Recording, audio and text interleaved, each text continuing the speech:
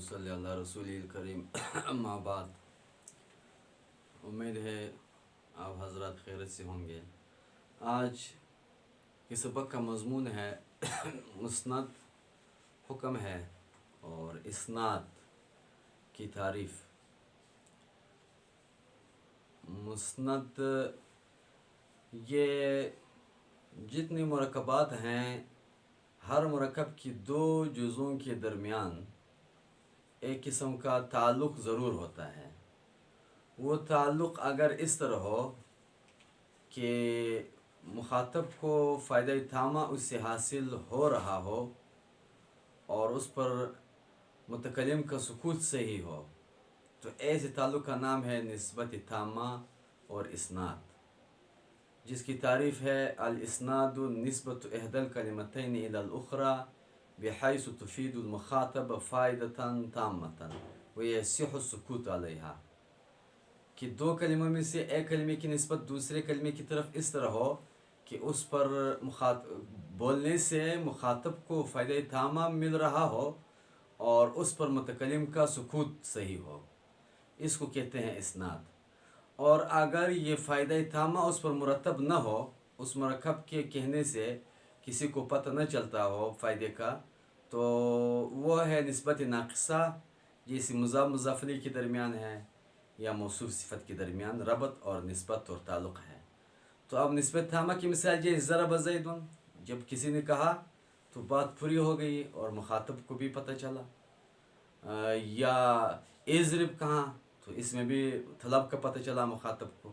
یہ اسناد ہے دو جزوں میں، اضرب اور اس کے فاعل میں، ضرب زید ضربہ اور اس کے فاعل میں، زید عالم زید عالم ہے، یہ بھی ایک نئی خبر مل گئی، تو اس مبتدا اور خبر کے درمیان جو تعلق اور ربط ہے اس کا نام ہے اسناد۔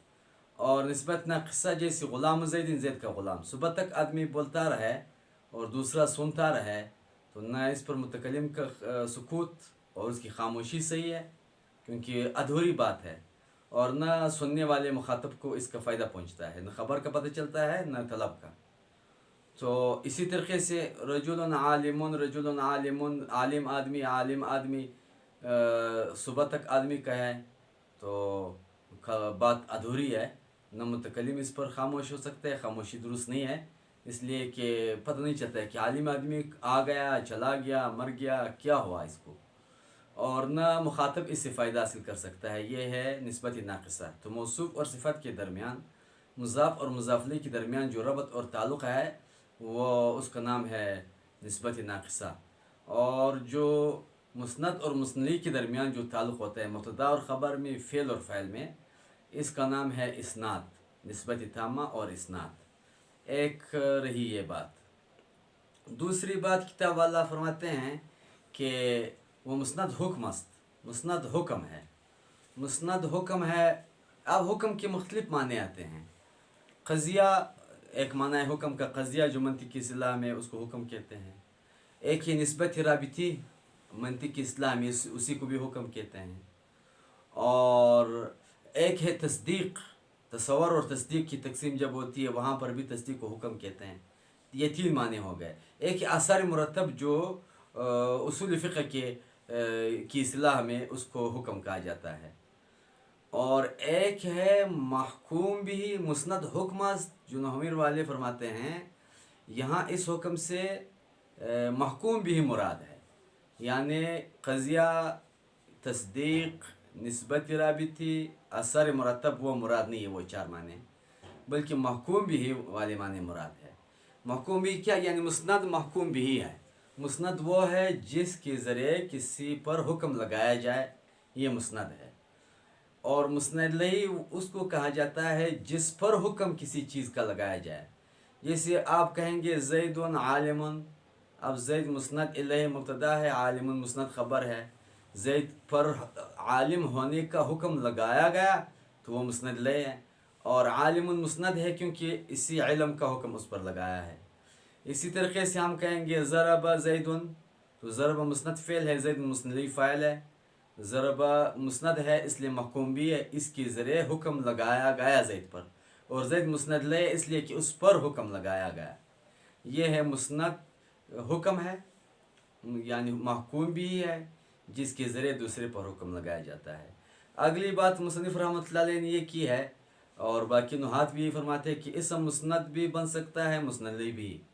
फ़ेल सिर्फ मुस्नद बन सकता है, मुस्नद लई नहीं। हर्फ न मुस्नद बन सकता है, न मुस्नद लई। इसम मुस्नद और मुस्नद लई दोनों बन सकता है, इसलिए कि मुस्तकिल बिल मफ़हूमियत है, मानी उसके मुस्तकिल हैं और वो अपने माने पर दलाल करने में किसी चीज़ का भी मोहताज नहीं है, न उसका कोई जूज़ है। तो मुस्तकिल बिल मफ़हूमियत हुआ, तो इसलिए ये मुस्नद भी बन सकता है और मुस्नद लई भी। हुक्म भी इस पर लग सकता है और इसी के ज़रिए भी हुक्म लगाया जा सकता है। और फ़ेल मुस्नद बन सकता है, मुस्नद लई नहीं।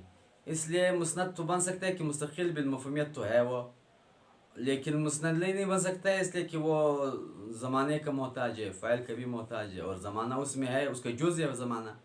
जब ज़माना उसका जुज़ है, ज़माने पर हुक्म नहीं लगाया जाता है। और दूसरी बात, नुहात हजरात ये फरमाते हैं कि नुहात ने फ़ेल को वज़ा किया है मुस्नद के लिए, तो जब मुस्नद ही के लिए वो वज़ा है, अब अगर उसको मुस्नदी बनाया जाए तो नुहात की वज़ा की खिलाफ वर्जी आएगी, इसलिए वो सिर्फ मुस्नद बन सकता है।